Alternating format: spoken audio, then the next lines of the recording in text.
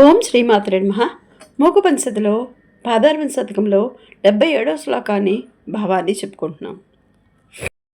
చలత్కృష్టా వీచి పరిచలన పర్యాకులతయా ముహూర్భాత్వాంతః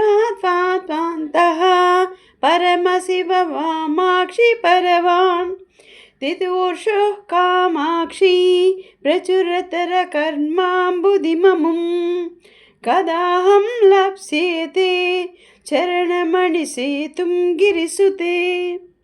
అమ్మా కామాక్షి, కదులుతున్న ఆశలనే తరంగాల కదలికలతో ఎంతో బాధపడి తిరిగి తిరిగి అలసిపోయిన నేను పరవశంతో కర్మ అనే సముద్రాన్ని దాటాలని అనుకుంటున్నాను.